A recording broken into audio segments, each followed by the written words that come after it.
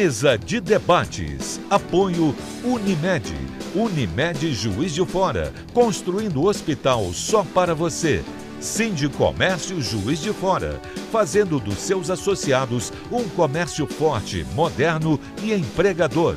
Premium FM. Sintonizada no seu bom gosto.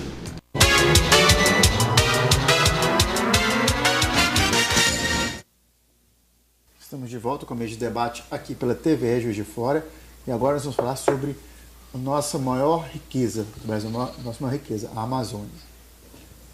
Hoje é comemorado o Dia da Amazônia, que nem era para existir um Dia da Amazônia, né? O objetivo principal da data é alertar a população a respeito da destruição da floresta, que possui mais de 5,5 milhões de quilômetros e abrange 9 países, e de ter como poder desenvolver sem destruir a Amazônia. E a gente estava até falando da madeira, como a madeira do Brasil é boa para a construção da ferrovia. E até hoje a madeira do Brasil é muito valiosa, porque o desmatamento continua aí ilegalmente. Eu gostaria que você explicasse para a gente primeiro, a gente que é mais aqui do Sul, a gente não tem uma ideia de como a Amazônia é importante para o Brasil. Quem mora mais lá em cima tem essa ideia. Então explique para a gente, economicamente também, por que a Amazônia é tão importante para o país. Eu gostaria, de antes de mais nada, falar sobre a grandeza da floresta amazônica, né? A Revolução Industrial, ela praticamente dizimou as florestas no mundo inteiro. A floresta amazônica, ela tem um sistema e uma influência direta no clima, não só do Brasil, mas do mundo inteiro. Uma das questões que foram aventadas no Acordo de Paris foi justamente o Brasil reduzir o nível de desmatamento. É uma das propostas que o nosso presidente foi lá avançar, a importância da Amazônia. A Amazônia, para vocês terem uma ideia, ela é capaz de ter um sistema um serviço ambiental. Segundo os especialistas, é a maior usina natural do mundo. Ela tem um serviço ambiental capaz de gerar chuvas para a região de toda a Amazônia e tem uma influência muito grande aqui no Centro-Oeste, Sudeste e Sul. Vocês já viram falar de rios voadores? Pois é. A formação, da precipitação, o regime das nossas chuvas tem uma relação muito próxima com a Amazônia. A Amazônia, ela, antes de mais nada, ela tem que ser preservada como espaço especial. E nessa finalidade, existem as unidades de conservação. Unidades de conservação que têm uma proteção integral, o homem está fora, e unidades de conservação de uso sustentável. Aí a presença do homem, mas que faça uso dos recursos naturais de forma sustentável. E aí que a gente coloca esse episódio dos últimos decretos federais em relação à extinção da RENCA, que é a Reserva Nacional de Cobres e Associados. Na verdade, o cobre aí é o primo pobre, porque a riqueza mineral é bem outra, nióbio, Zé Lúcio, o ouro. E lá o desmatamento ele já acontece de uma certa forma, também por conta do agronegócio, e de outra forma, pelo garimpo ilegal. Na área do RENCA, tem 7 unidades de conservação e há uma sobreposição com nações indígenas. É uma questão muito séria a ser resolvida. Esse garimpo ilegal faz uso do mercúrio, e os rios ali da região já estão no nível de impacto muito grande com relação ao mercúrio, o uso do mercúrio para a exploração do ouro. Porque você está falando mercúrio é uma coisa muito grave, porque é um metal pesado, Ele, inclusive, pessoa que tiver contato com mercúrio e não se cuidar, ela pode ter problema de filhos nascer deformados, entendeu? Alterado, porque exatamente é um metal muito pesado e arriscado, E a gente vê que às vezes faz essas explorações sem qualquer, sem qualquer observação de normas técnicas, né? Então os rios passam a contaminar os rios, aí vem o rio, o peixe, pega o peixe, você come o peixe, então todo mundo acaba correndo risco, ameaça à saúde pública, né?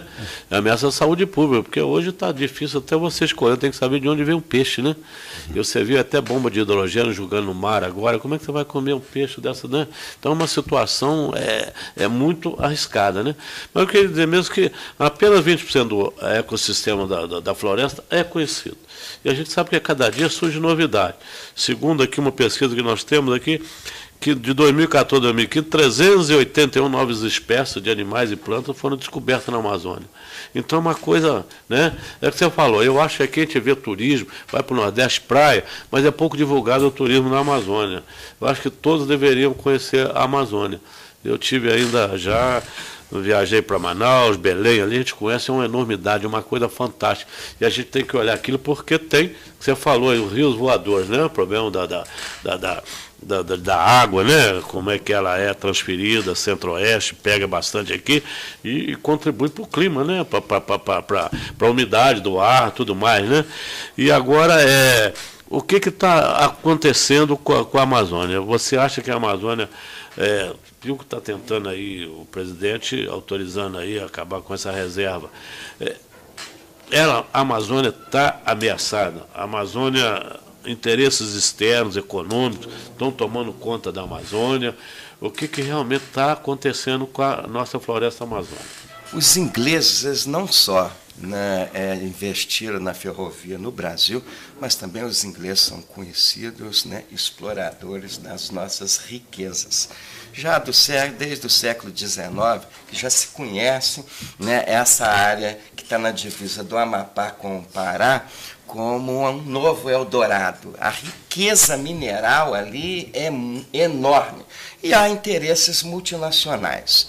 No mundo internacional, a gente é visto de duas formas, Zé Lúcio. Há aquele pessoal que entende, aqueles países que entendem que nós não devemos de ter soberania sobre a Amazônia, porque nós não damos uma proteção a esse patrimônio ambiental do planeta Terra da forma que ele merece.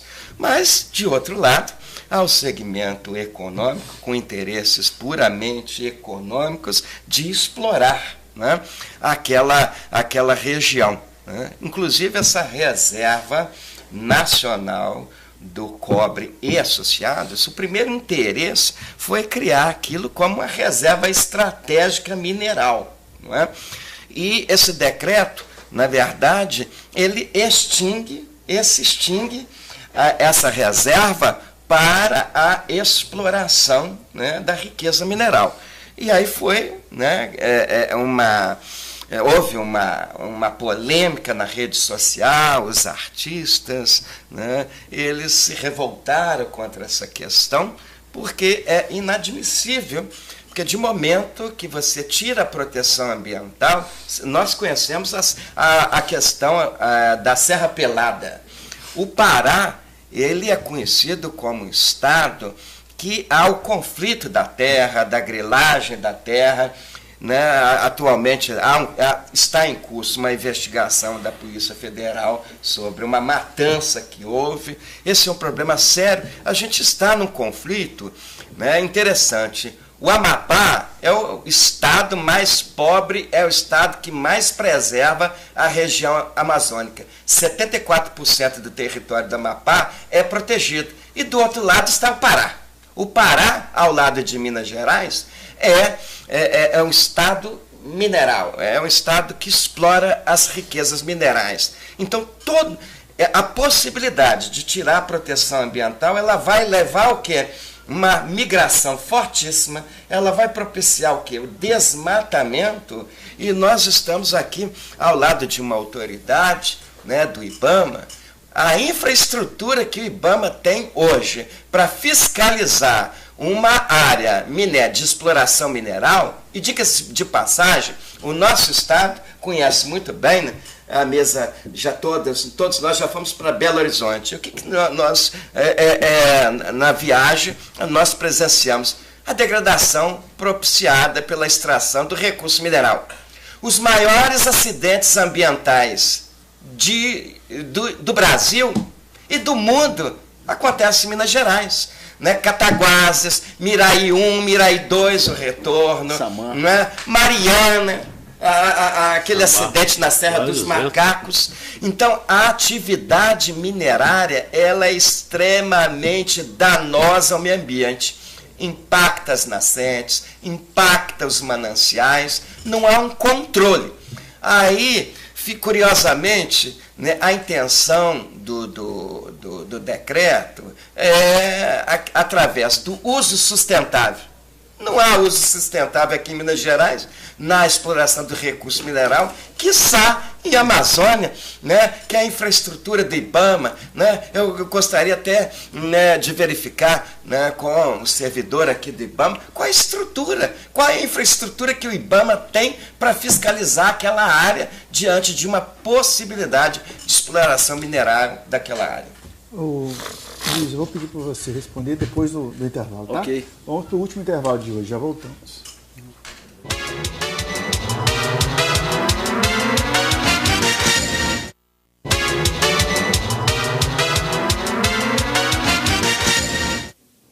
Estamos de volta com a mesa de debate aqui pela TV Juiz de Fora. Eu gostaria que o senhor, Luiz Augusto, falasse sobre as possibilidades do IBAMA na proteção. O senhor está falando também do Rio São Francisco, eu queria que o senhor também... Exatamente. É uma crueldade, né? Você vê um patrimônio que antes de ser brasileiro é um patrimônio mundial, né? da humanidade aí, a Amazônia, né? Então, em termos da estrutura do IBAMA, é muita dificuldade, você lida com muita dificuldade. A primeira delas é o efetivo, que é pequeno, frente a uma área enorme, extensa, né? Onde que uma situação de ausência do Estado, né? Muito recentemente a gente viu na região de Novo Progresso 10 viaturas novas do IBAMA que estavam indo exatamente para atender a essa questão da fiscalização do desmatamento, esse combate ao desmatamento ilegal, foram queimadas lá criminosamente, né? Então, ao mesmo tempo que a gente vê uma flexibilização na legislação ambiental, a gente assiste também uma escalada de violência lá, né? E expõe o servidor, às vezes, a situações de perigo. Então, existe, de certa forma, um clima de insatisfação, porque a gente precisa de mais efetivo, precisa de mais recursos. O IBAMA conta com 5 helicópteros para o país todo, né? Então, é muito... não é nada, né? Não é nada diante E não existe, de certa forma, um incentivo para o próprio servidor, um adicional de interiorização, para que ele possa conviver lá com essa região da Amazônia. Além também, às vezes, da dificuldade de material, que a gente passa por essa necessidade, né? E a gente, nos últimos anos, existe os recursos destinados têm diminuído, né? Não só para o IBAMA, mas... Ô Luiz Augusto, você é do chefe da unidade técnica do IBAMA aqui em Juiz de Fora e atende aí sob sua jurisdição 142 municípios, né? E nós estamos vivendo um período aí de seca, em que as queimadas aparecem meio nesse período. Nessa nossa região aqui da Zona da Mata, os municípios que você atende, Zona da Vertente, como é que está a questão dos incêndios, das matas e o desmatamento aqui na região? É uma coisa assim controlável? Está tudo bem? Ou continua as queimadas em taxa crescente e o desmatamento também? A nossa sociedade é piromaníaca, né? Falando da questão do fogo. É realmente um problema seríssimo, além da perda da biodiversidade, que é a queima desses remanescentes florestal que ainda temos aí, que é pouco. Você tem a questão da deterioração das condições atmosféricas, que é perigoso também. Mas a gente vê essa luta, uma tentativa de conscientização da sociedade, mas é uma luta difícil, né? A gente, não só em Minas, mas no Brasil todo, a dificuldade é grande, né? Paulo, a gente está falando aqui, mas isso tudo é uma ameaça para nós, para os seres vivos, entendeu? De modo geral. Nós, como pessoa, para a planta, para a fauna, tudo. Eu, por exemplo, hoje preservo, vocês são especialistas, para mim os animais hoje estão ficando estressados. Eu estou com medo de andar em qualquer estrada rural hoje, tem mesmo. Porque eu estou expulsando os animais, eles estão aparecendo em qualquer lugar hoje, porque está acabando, o habitat deles lá está sendo agredido, entendeu? Está sendo atingido. E uma coisa aqui que eu já ouvi falar aqui na nossa região, aqui está com um problema aí de déficit hídrico, estão acabando com as nascentes, e eu acho que a queimada dos desmatamento, isso contribui para acabar. Nós tivemos até do Rio São Francisco mesmo, eu estive lá na Serra da Canastra e estive na foz do Rio São Francisco. Eu visitei aqui lá, fui na nascente e fui na foz. Então você vê que a nascente está acabando, diminuindo, entendeu? Registrei. Depois eu fui na foz lá, o pessoal lá da região lá, falou assim, pô, isso aqui era 4, 5 quilômetros de largura. Hoje, se eu ver aí, a gente atravessa a pedra aqui para o outro lado. Exatamente. Então, eu gostaria que o senhor falasse alguma coisa sobre as nascentes, que a questão água, sem água não tem vida, né? Exatamente. Eu tive recentemente no São Francisco, Médio São Francisco, né, um trecho de 1.000 quilômetros entre Sobradinho e Três Marias. Você fazendo uma análise, a outorga de água, o que é liberado, é maior do que o volume do rio. Então, peixe, por exemplo, o pacu que você pega hoje lá é pacu do Rio Grande, você não tem pacu da bacia do São Francisco mais ali. Então, a perda dessa biodiversidade é muito grande. Outra coisa, com relação ao desmatamento, Minas Gerais, infelizmente, figura como um dos campeões de desmatamento da Mata Atlântica, aí, segundo os dados do SOS Mata Atlântica, né? E aqui na nossa região, Zona da Mata, nós temos sim pressão sobre o remanescente da Mata Atlântica, principalmente pelo setor, às vezes, imobiliário, que quer avançar sobre essas áreas, né? Fazendo um link com o que você tinha falado no início do bloco, a questão do clima, né? No caso da Amazônia, voltando a falar da Amazônia, esse desmatamento, acabar com essas reservas, isso aí eu estudei, né, não sei como é que está isso hoje, vocês podem confirmar ou não. Quando desmata a Amazônia para fazer agronegócio ou algo assim, acaba que o solo ele é pobre, diferente do solo mineiro, e daqui de Minas, né? E lá uma queimada tem uma proporção muito maior e acaba que esse desmatamento não traz mais chuva e acaba causando uma desertificação dessa área. É isso mesmo ou estudei? Exatamente isso. Hoje o grande paradigma para a Amazônia é a valorização da floresta em pé. Uhum. E a gente assiste justamente o contrário, né? A atividade não tem sido sustentável. Às vezes você substitui aquela floresta riquíssima em biodiversidade, em recurso florestal, para colocar a pecuária que às vezes ela não se sustenta ao longo do tempo, né? Uhum. E então leva a uma discrepância que é deletéria aí para. Luiz Augusto, mas você falou quais são as causas disso aqui? Uma, você falou, são 5 helicópteros para atender o país todo. Um país de dimensão continental é uma brincadeira, né? Isso poderia ser para um município, para um estado, né? E olha lá. E o que está fazendo esse desmatamento, essa desertificação, que isso aqui que eu falo é uma preocupação. A gente está falando isso aqui, mas tem gente que tem uma noção disso. Sem água não vive, companheiro. Isso acaba, está derrubando árvore, está acabando com a nascente, está acabando com a água. E as futuras gerações? Temos filhos, temos netos, entendeu? Então isso não é só questão dos fiscais do IBAMA, não. É de todos nós, temos que denunciar. Agora, qual que é? O que está acontecendo? Esse desmatamento está provocando a desertificação, acabando com a nascente. A exploração da indústria madeireira, o que está realmente acontecendo? São os loteamentos aí rurais, o que realmente que você aponta da exploração? O que é? Qual homem, qual pessoa? O que está acontecendo lá porque está acontecendo isso? De certa forma, o agronegócio, a pressão do agronegócio é muito forte. Tanto para a abertura de novas áreas para plantio de soja, né, que é uma situação cruel, por isso a maioria para raçoamento animal na Europa, né, e também da pecuária. E muitas vezes já existe até Você viu que vai só dar racionamento de animal na Europa, né? E aqui os humanos precisando, aqui está lá atendendo a Europa.